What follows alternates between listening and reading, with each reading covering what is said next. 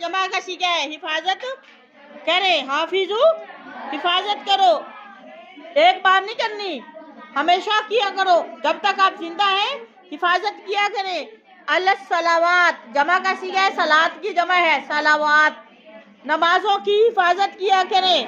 खास तौर पर अल्लाह पाक ने नमाज का जिक्र किया है, वस्सलातुल वुस्ता, दरमियानी नमाज। यहाँ से मुफस्सिरीन ने दरमियानी नमाज असर की नमाज रखी है, समझ आ रही है?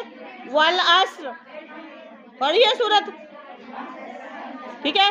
अल्लाह पाक ने कौन सी सूरत रखी है? नमाज सलातुल वुस्ता, दरमियानी नमाज, असर की नमाज। अच्छा, मैंने एक हदीस पढ़ी, असर की नमाज जिसकी ज़ाया हो जाए, जिसकी असर की नमाज रह गई, असर की नमाज का गुनाह इस तरह है कि जिस तरह उसने कोई बदकारी कर ली, समझ आ रही? असर की नमाज की बहुत ज़्यादा फजीलत है और इसका टाइम भी थोड़ा सा होता है, आपको पता है?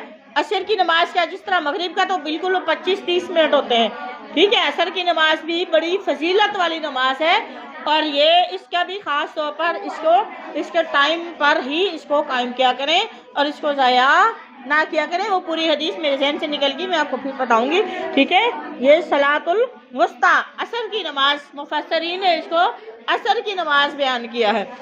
अल्लाह पाक फरमा रहे हैं अपनी नमाजों की हिफाजत किया करें, नमाजों को ज़ाया ना किया करें, नमाजों को उनके सही औकात पर वक्त पर कायम किया करें, खास बस सलातुल वुस्ता, और ख़ास तौर पर दरमियानी नमाज जो कि असर की नमाज है। वक़ूमू लिल्लाही, और खड़े हो जाए करें लिल्लाही, अल्लाह के लिए, अकड़ के खड़े नहीं होना नमाज के लिए, क़ानितीन आजिज़ी के साथ, क़ानितीन आजिज़ी के साथ अल्लाह के सामने खड़े हुआ करें। फ़ाइन खिफ्तुम, फिर अगर तुम्हें डर हो, फारिजालन, तो पैदल चलकर, और या रुकबाना, या सवारी पर ही, ठीक है। अगर तुम्हें किसी दुश्मन का खौफ हो तो नमाज पढ़ लो खड़े खड़े, या फिर सवार होकर भी नमाज पढ़ लो।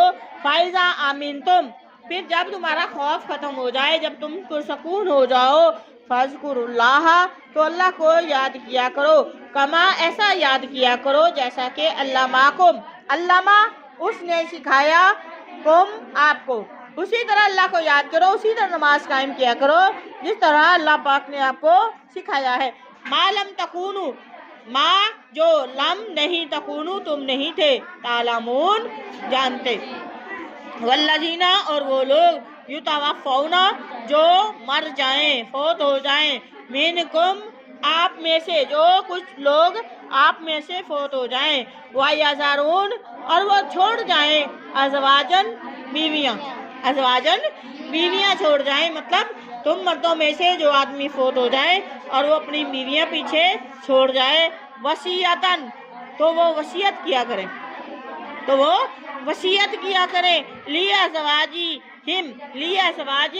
हिम अपनी बीवियों के लिए, मताअन खर्च की, खर्चा अपनी बीवियों के खर्च के लिए, किसी को भी यानी अपने वारिसीन में से किसी को भी उसके बारे में तलकीन करके जाया करें कि उनको किसी के आगे हाथ ना फैलाना पड़े। लिया ज़वाजिहिम अपनी बीवियों के लिए, मतान खर्च की वसीयत कर जाएं, इलल हौल 1 साल तक, गैर खराज उनकी बीवियों को घर से निकाले बगैर, गैर खराज घर से बगैर निकाले उनका खर्च पूरा करें। फ़ाइन खरजना, अगर वो खुद चली जाए, फ़ाइन खरजना, अगर वो औरतें शौहर के फौत होने के बाद अपने मेके चली जाती हैं, अब खुद चली जाएं, तो फिर फला जुनाहा, तो फिर गुनाह नहीं है, अलैकुम तुम पर गुनाह नहीं है, फी बारे में, माँ जो फालना जो वो औरतें करें, फी अनफुसिहिन्ना अपने हक में, अपने हक के लिए जो भी फैसला करें उन पर तुम पर फिर कोई गुनाह नहीं है, मिन मारूफ मुनासिब तरीके से, मतलब ये है कि अपनी ज़िंदगी का कोई और फैसला कर लें, ठीक है। वालिदैन के घर चली जाए, फिर उसके बाद वो दूसरी शादी का फैसला कर ले, तो फिर उस वक्त तुम पर कोई गुनाह नहीं है। वल्लाहु और अल्लाह पाक अजीजुन गालिब है, हकीम خوب حکمت والا ہے وما توفیقی الا